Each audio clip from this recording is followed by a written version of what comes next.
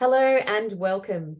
My name's Mel Sherwood, and for the past 10 years, I've been working with entrepreneurs, business leaders, and their teams, helping them to pitch and present with more confidence. In this series of interviews, I'll be speaking with professional speakers who've been in the industry for more than 10 years. They'll be sharing some of their top tips on how you can be a better communicator, and also their journey into how they became a professional speaker. My guest today is the world's leading keynote tickler, mainly because it's a term he invented. He helps people make their pitches, presentations, and talks more engaging by adding humour. He says he's on a mission to make conferences more interesting because he's absolutely fed up with boring speeches. He uses techniques from his over 30 years experience as a news broadcaster, mainly with the BBC, and he now runs his own speaking business, Talking Toolbox. He's a fellow of the Professional Speaking Association and a Hall of Fame speaker, recipient of the Professional Speaking Award of Excellence. He's a great guy. He's a great friend. Please welcome Jeremy Nicholas. Hi, Mel. How you doing? Thank you for joining us. I'm so pleased. As I said, you are a really great friend of mine, and I'm absolutely thrilled to have you here. So thank you for taking the time to share with us a bit about your story and your tips. So I wanted to start with how you became a professional speaker. You obviously have a broadcasting background, but what led you to professional speaking? Yeah, so congratulations on your 10 years of having your business.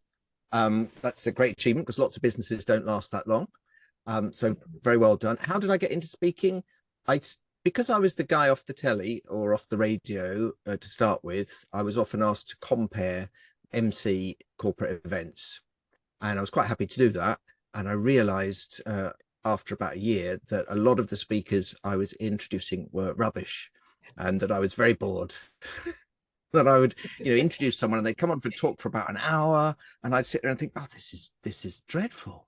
And all of my journalistic training with the BBC made me think, well, they're not doing themselves justice. They're not putting any stories in. The examples aren't very good. Their voices are dull.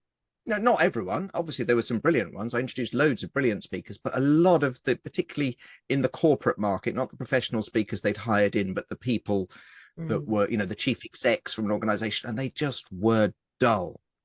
And so I thought, I could do this. I don't have to just keep introducing people. I could be the person being introduced. So I started doing that, and I didn't really know what to talk about. So I talked, first of all, about media, because that's what I knew. That's straight from university. I'd gone into broadcasting, and so I knew a bit about how to get information across. So that's what I started doing, and then I gradually broadened that out into helping people with their pitches and presentations and talks, and then I did after dinner speaking. And that everyone in speaking always says you've got to be known for one thing. So we think of Mel Sherwood, we think of red, be more red. And you think of me, and there's probably about 5 different things. So I did put on red for you today. So I know, thank you. It's good. It's one of my few shirts that's a solid color, so it works on Zoom, because I've got loads of stripy ones that go a bit crazy. See, there's a tip. Our first tip: what should you wear online when you're presenting? Not stripes, but these stripes are okay. Yes. No, don't. If you can wear stripes, they're going to be big fat stripes, like your big fat red stripes. That's fine. But little thin stripes will strobe like crazy. And so we always say at the BBC, we would always say, don't wear small checks. That's just the money you get, small checks, but not on the shirts, because it strobes. And what strobing means is that it sort of dances around, because the pixels on the television or on the camera don't know whether to go for the light or the dark. So that it keeps kind of changing its mind and flipping between, and then it goes a bit stroby, and it's like you're on drugs. So don't do that. Plain colors. Important. So solid color on when you're on a screen. Yeah, and all my shirts are stripy, apart from I've got a blue one and I've got a red one, and that's how I wear them for all my Zoom calls. If I have 3 days running, I've got to do some washing. So I thought, you can always buy yourself another shirt, But I know that you want to be back in the room, don't you? Not necessarily on Zoom all the time. Yeah. No, I don't like really. I like to, especially because a lot of my stuff is humorous. And here's a second tip. I love chucking the tips in. Right. Humor doesn't really work on Zoom. So I mean, this is not going to be funny. This is going to be just very, very serious stuff.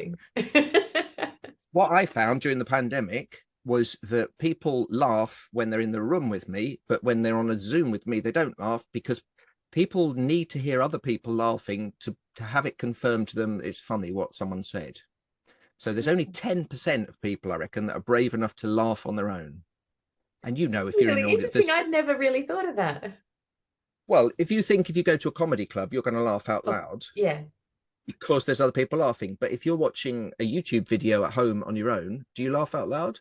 Sometimes I laugh out loud from your newsletters, to be fair. Oh, okay. Well, you're in the 10%. Well, there you go. Then there's about 80% that only laugh if somebody else laughs first. Yeah. And then there's another 10% that don't laugh at anything because they don't get it, or they're miserable. Maybe. So, all right. Yeah. So your expertise is around, among other things, humor. So what are the benefits of being more humorous in your speeches and presentations?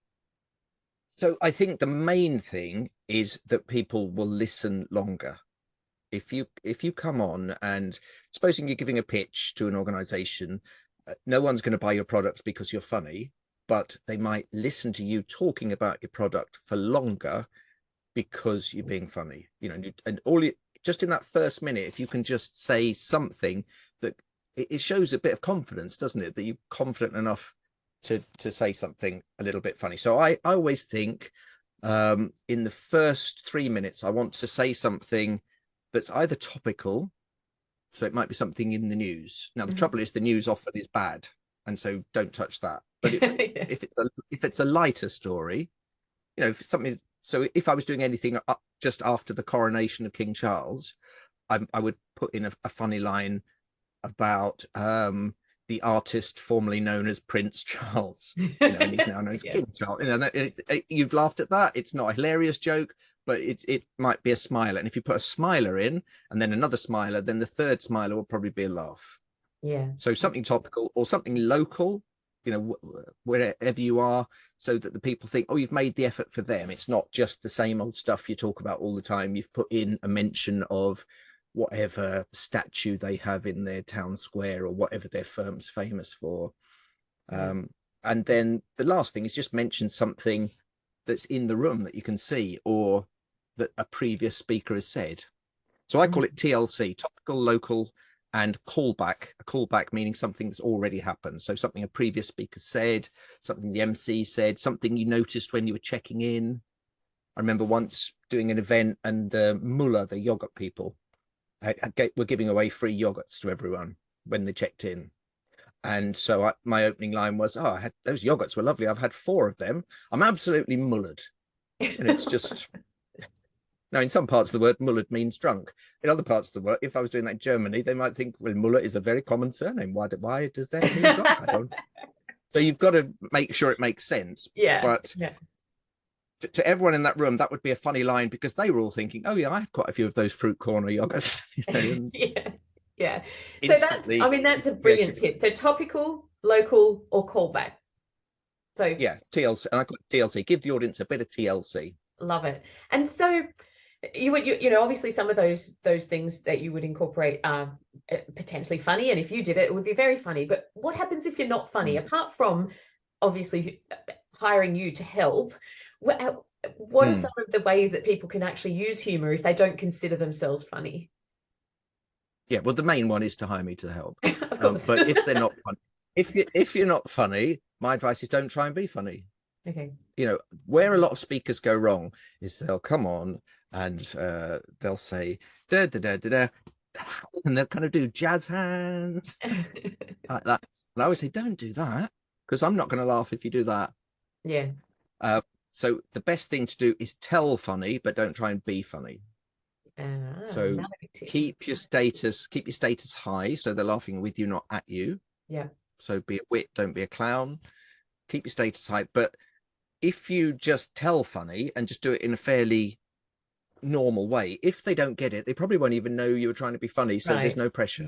Yeah. It takes the pressure off. Yeah. But if you come on all like sorry.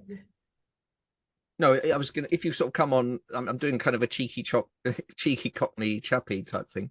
Chockney, that's a new word I've invented. Then they're like, oh, he thinks he's funny. oh, have we got to laugh? Is this the funny bit? I'm not sure. And sometimes I see Right. people try and be funny, and then people are laughing when you're still on the setup line and you haven't even got to the punchline yet. And that's because they're so wanting to be with you, but they're not quite sure what you're doing. Yeah. So if you're not funny, if you're watching this and you're thinking, I'd like to be funny, but I'm not funny, what you can do is tell funny, but don't try and be funny. Or an easy way to get a laugh is just put a funny picture up, a funny slide, which requires no performing ability at all. And, you know, just click and that comes on. There's two ways you can do funny slides. One is it's just a funny slide, and it might be, I take lots of pictures wherever I go of signs and things. So I was in South Africa recently, and there was a chip shop, and above it, it says, we welcome most of your feedback. And you think, most of, what does that mean? You don't like all of it. So I take loads of those pictures. Or I saw a sign and it said, the two important things that I live by are, one is don't tell people everything you know, and then there's not a two, and that's because they're not telling you. No. Yeah. And I just saw that and I thought, that's you. I don't know when I'll use that in a presentation, but I take pictures all the time. So that's one way you can do it. Just put a funny pick up. The second way is the picture is the punchline. So you might say it as the setup, and then you click it, and then the picture comes in, and that is the punchline because it reveals something funny about what you've said in the setup. Right. And that's I struggle with using images and making, you know, thinking about that setup and the punchline. But I think, well, that's why I'll come to you next time I need to be funny, I think. But the other one that I have used, and some people are maybe not as positive about using a quote from someone else. And certainly in the Professional Speaking Association, there's a whole conversation around making sure that, you know, you're actually using your own material and your own quotes. But there is a really lovely quote that's one of my favorite ones about public speaking, and it's the one from the actor George Jessel, who said that the human brain starts working the moment you're born, and it doesn't stop until the moment you stand up to speak in public. Now, if I use that fairly early on in a workshop, for example, most people can relate to it. So it kind of, you know, it's borrowed humor from my point of view, and people connect to it. And the whole idea of laughing together and just, you know, making people smile, it builds rapport. And so that's one of the key things, I think, the benefit, as you said, it keeps people listening longer, which is what you need. And certainly in some, you know, if it's a longer presentation or meeting or whatever, yes, keep people smiling for sure. So yeah, and so one of my favorite quotes about speaking is be concise, be brief, be seated. Yeah. And it's because sit down as soon as you can. And so often a good way to get a laugh is just to say three things, and the third one is slightly different to the other two. So you've set up a pattern, you've reinforced that pattern, and then in the third one, you've subverted it. And we all know that routine of three men going into a pub, and it's the third thing that's the silly thing. And yeah, it's just a classic way of getting a laugh. If you don't know how to do it, just say two normal things and a weird thing. Yeah, and it's interesting because two big things and a small thing, two global things and a local thing. You obviously help people with these things, and I think what's interesting is the fact that people don't sometimes understand the amount of work and effort that goes into developing and delivering a really good keynote or a presentation or a talk of some sort. And so from your point of view, you obviously work with people, you know, line by line almost in their presentations. Is that right? When it's particularly when you're working on a keynote, is that how you operate with people? Yeah, not only line by line, but also in the line, what order the words come in. Yeah. So, for example, if you, and I mean, I don't just do the humor thing. I do craft a killer keynote, tickle a keynote, and polish a keynote. So that, you know, some polish just means punch it up, make it in the right order. Crafting it is starting from there. But the thing I guess I'm best known for is the tickling of the keynote. And so I was working with somebody about a year ago, and they were very, very demanding. This corporate guy, I didn't really like him, but that's fine. And because I've got so many clients, they won't know which one I'm talking about. But I'm always quite, no, that's not going to work. No. And sometimes they go, oh, I'll say something like this. And I can say, tell me what you're going to say. Oh, it'll be something. I say, tell me exactly what you're going to say. Right. Okay. That's good. That's good. But that needs to come to the end of the sentence and there, because particularly with humor, if you do a funny bit, you then have to stop and pause and wait for the laugh. And it may not come. You may need to wait nearly 2 years, but wait, and then they. But if you put the funny bit in the middle of the sentence, then you say something else, people won't laugh because you'll be talking over it and they'll stop laughing to hear what you're saying. So as well as the punch line, you've got the punch word, and the punch word has to be at the end of the punch line. Or I had this really demanding client, and he said, right, so he sent me his script. So the way I often work with people is we'll have like a Google documents flying about, and they'll send their serious script, and I'll go, you could say this, da da da da, funny line. And I'd sent this guy about 30 funny lines, and we then had a call, and he said, yeah, I don't like that one. Yeah, don't get that one. Yeah, that one's funny, but I wouldn't say it. and we'd got through all the 30, and he'd liked about 4. And they went, what else have you got? And I went, well, yes, let's try and find out what you like. I realized that they were funny to me, but they weren't funny to him. Yeah. And so we had crucial, to find out. You can't be inauthentic in your funniness. So yeah. Interesting. All right. Sorry, go ahead. So just an example of a thing. I was working with a guy the other day, and he was doing he was a chief exec in a firm. He was an entrepreneur. He'd invented this product, and he was just giving us his origin story. You'll know all about origin stories. This is how I got started. Yeah. And he said, my dad was a farmer. He was an award-winning farmer, but he didn't want to follow him into farming. And so I said, okay, so what you could say was he was outstanding in his field. Okay, and I said that works because he was a good farmer, but also farmers do stand out in fields. And he went, I like that. And then we did another one. He said, yeah, I like that, but I honestly don't think I'd be able to do that. And he tried it at about 3 events and didn't like it. But just the silly thing, outstanding in his field, he liked.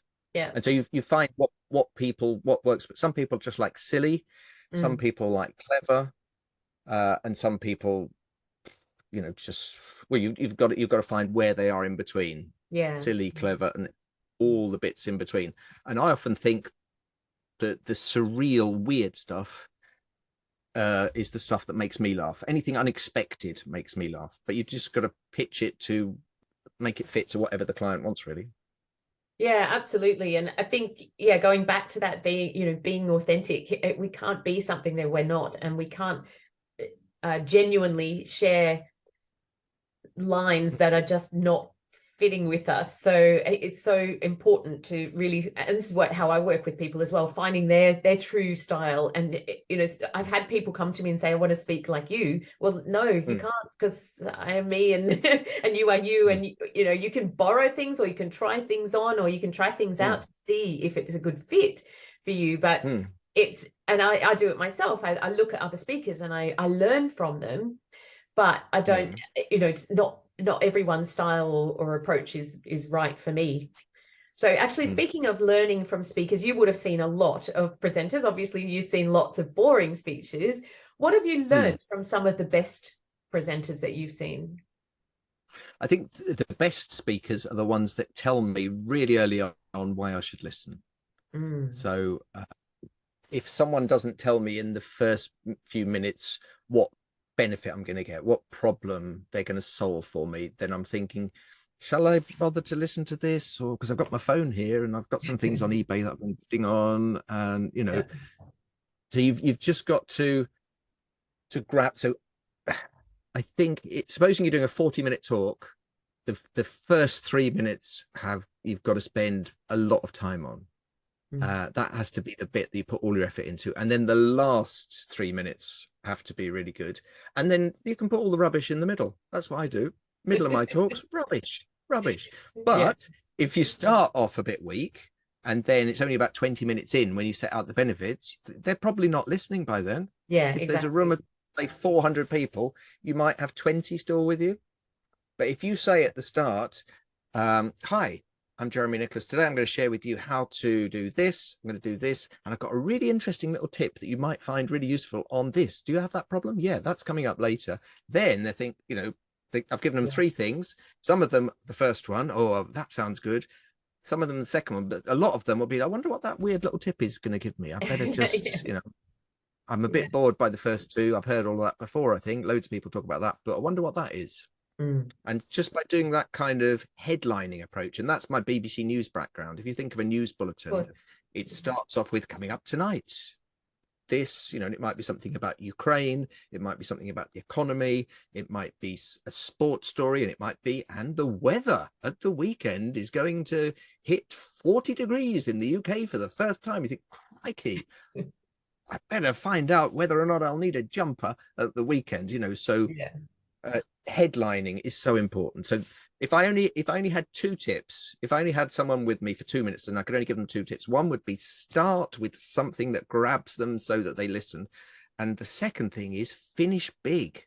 Finish big. So the number of times I see speakers who have been really good and they go, I think it's about my time, isn't it, Margaret? And they look across to some organizer and is that, yeah. So I'll leave it there unless anyone's got any questions. And I think, oh, what a dull way to finish. I know, it's such a shame, isn't it? Oh, you've got to finish big. It's like an athlete, you've got to sprint for that line. You've got to, even if you're not going to get a record, you're not going to get a medal, sprint for that line and finish through the tape, although there won't be a tape if you're not first. Anyway, right, and they don't have tapes now, but at sports days they do. And it's very funny at school sports days when you see kids running up to the tape and then they stop. You think you've got to get, and their parents are shouting, go through the tape. Yeah. And that's what I say with speakers. You've got to go through the tape. You've got to finish big. And you've got to say, so in conclusion, we learned this. I told you about that. If you want to get in touch with me about this, don't forget there's the link to my book here. All of the things to remind them how brilliant it's been. And then I always think, and if you'd like to find out more, I'm going to be staying around. In fact, I'm going to be just over there having a coffee. And if you want to, and give them a reason to come across, to chat to you, because audience people are always a bit worried about talking to a speaker because you're on a bit of a pedestal, especially if you've been good. They think, I don't know if I've got the nerve to go and talk to them. Even I feel like that half the time. I know the speakers, but I'm like, exactly. Yeah, well, so do I. Because I think a lot of professional speakers are quite introverted. I always think I'm a bit introverted. I probably don't seem like it on this podcast, but I am. Is this a podcast or is it a video? What are you calling this? Is it a video or podcast? I don't know. On this thing, a conversation, recorded conversation. There we are. This recorded red conversation. I always think give them a reason to come over. So just set up something. And if you want to find out I often say, if you want to find out who the worst person I've ever interviewed on the BBC is, come and see me in the break. I won't say it on stage, but I'll tell you over coffee. The number of people go, so who is it then? And they wouldn't have come for a chat. There you go. And I won't tell you who it is now. But if you ever see me at an event, I'll tell you. All right, in secret. I'll tell you. I'll tell you afterwards. When the red light's gone out, Mel, I'll tell you who it was. So in terms of stronger, just going in terms of structuring a presentation for maximum impact, obviously there's that attention grabbing opening. You've got to really drive through the finish line. And I think about the idea of, in comedy, comedians will do their second best joke first and their best joke last. Is that right? Yeah, absolutely. You always finish with your best stuff.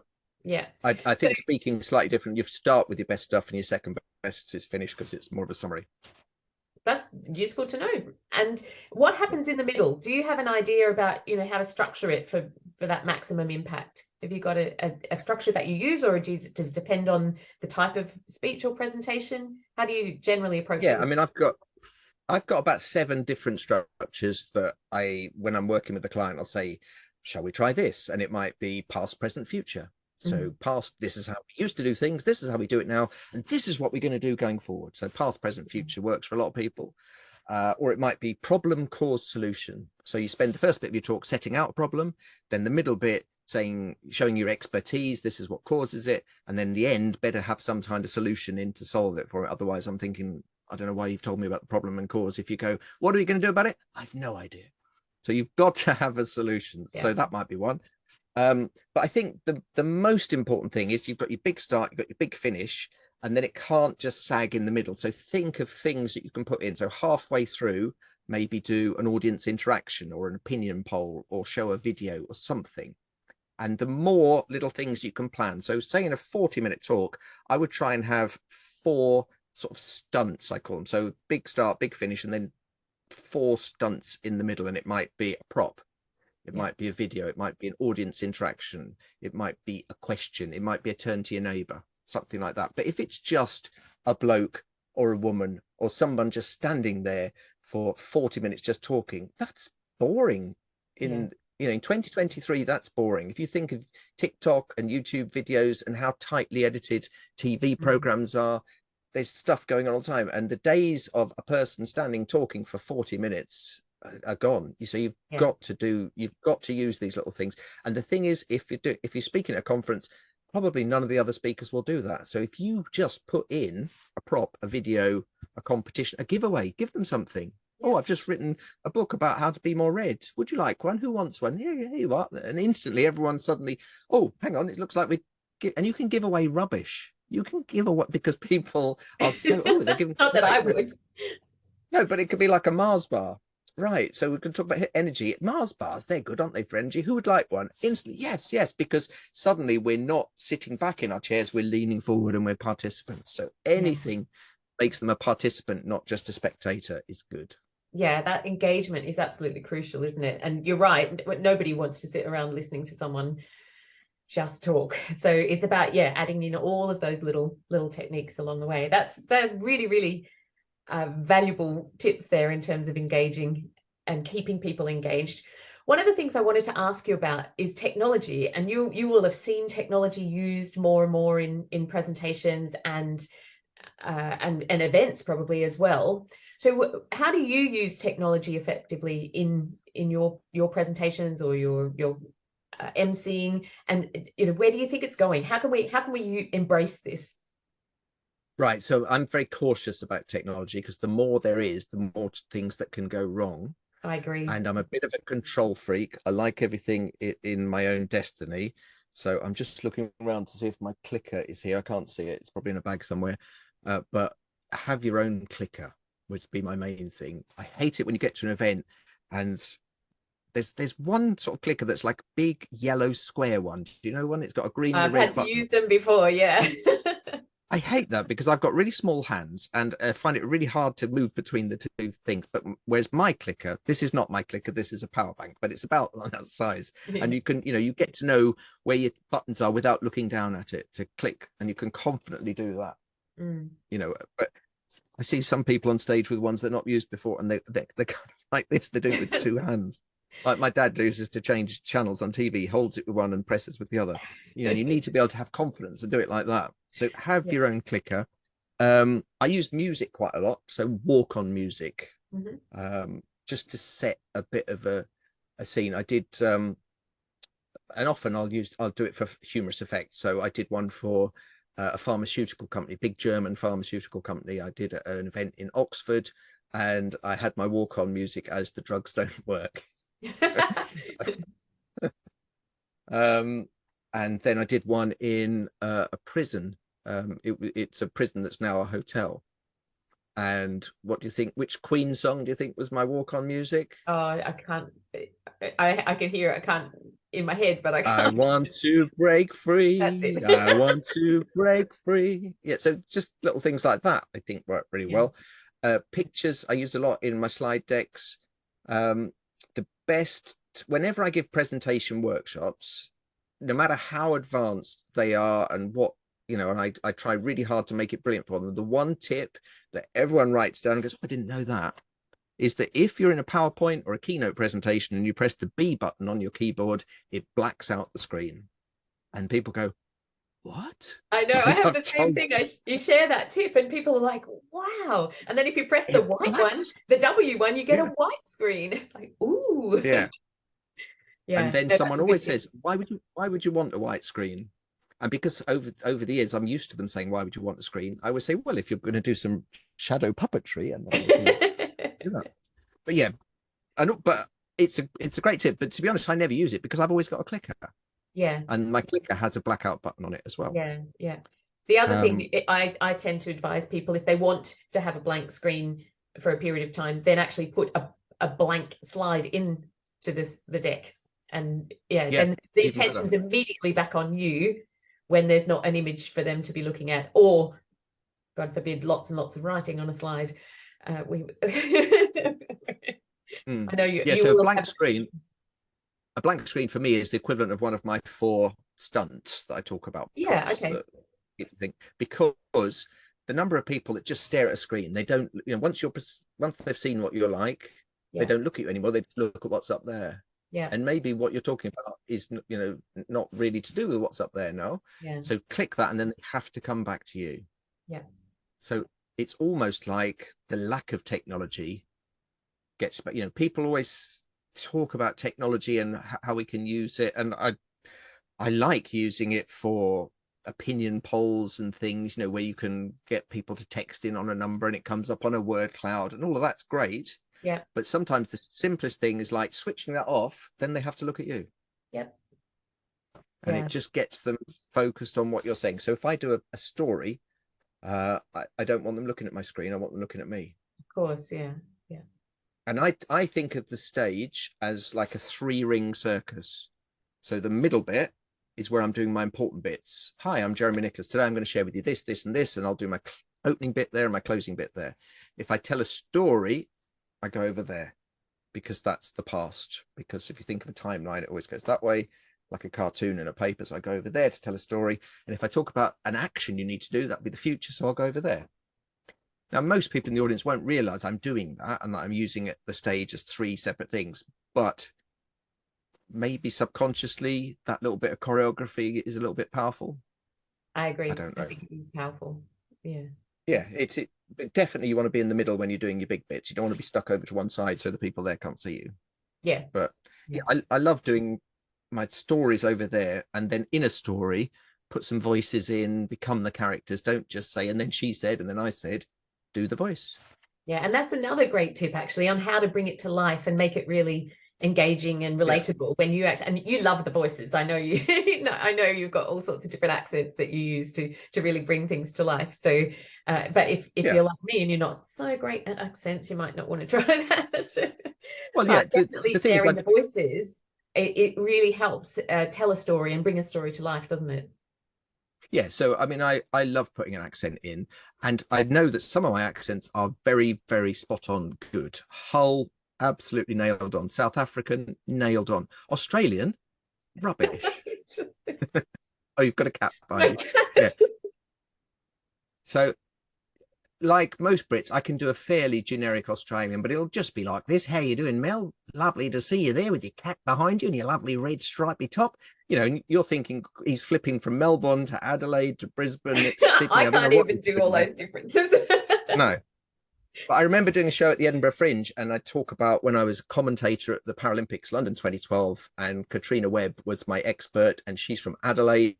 And so I did her voice, and someone shouted out, "You're doing Melbourne there, mate." And I thought, I don't know the difference between Melbourne and Adelaide. I'm literally just doing an Australian accent, but I can do a difference between Leeds and Hull, and they're like 50 odd miles apart. Right. Because I've worked a lot in Leeds and I've lived in Hull, and my first radio job was in Hull. And so I can hear that, but American, I can do probably Los Angeles, New York, and that's it. Yeah. Nothing in between. I've no idea what Chicago sounds like. Boston, no idea. Same. But, all right, well, no one cares. That's the thing. No one cares. It's just no. Put it in it. It's just like a little bit of colouring in. And if anyone heckles you, just say, yes, they were from Adelaide, but they'd gone to university in Melbourne and they just picked up a little bit of the accent. Well, I am getting interrupted by my cat. So what I'm going to do is get the cat to say goodbye. I can't believe that's happened. I'm so embarrassed. You've got the look of a James Bond. You look like a James Bond villain with a cat. Mr. Nicholas, I've been expecting you. All right. So I'm going to just ask you for if you had one tip, if you could only give one tip to somebody, and I know you've given so many tips today, and but if there was one last tip, maybe that you haven't shared yet, that you would like to share, then I'd love to hear that. Always get someone to introduce you. when you're giving a pitch, a presentation, anything, get somebody else to introduce you. Don't just walk on cold and say, hi, I'm Mel Sherwood. Get somebody else, doesn't matter who it is, someone in your organization, to say, our speaker is Mel Sherwood. She's an expert on pitching and presentation. She's an Australian. She lives in Scotland, whatever it is. So it gives us, so that we then don't spend the first thing trying to work out where your accent's from. Right. And, it sets you off. It's like a game of golf. Your first shot in a game of golf is off a tee. It's a raised tee with the ball, so you get to hit it nicely down the middle. Your second shot might be behind a tree, you might be in a lake, but you get off to a flying start. So always, and script that introduction for the MC, the compere, to read. Don't rely on them to have read something on Google about you or off the back of your book. Just literally 3 lines: who you are, what you can talk about, why we should listen, please welcome, boom. Great tip. And you obviously have done so much emceeing and hosting of events, and you understand the importance of a good introduction and a short introduction, because sometimes we're bored before the introduction's over. So keeping it short. And I know you've got a great template for that as well, that I've found really valuable in terms of crafting my own introductions to give to whoever's hosting an event. So thank you for that. That is a really brilliant tip, as have been everything that you've shared today. So thank you so much. One last thing, how can people get in contact with you if they want their keynotes tickled or anything like that? What's the best way to contact you? Best way is through my website, which is jeremynicholas.co.uk. And there's loads of videos and details of all the services I offer. Great. And I shall make sure that that's connected with this video when we publish it. So thank you again. It has been absolutely brilliant speaking to you. And I really, really appreciate it. I know so people are going to have got so much value from today's session. So thank you. Thanks, Mel. Good luck for the next 10 years. Thank you. See you later.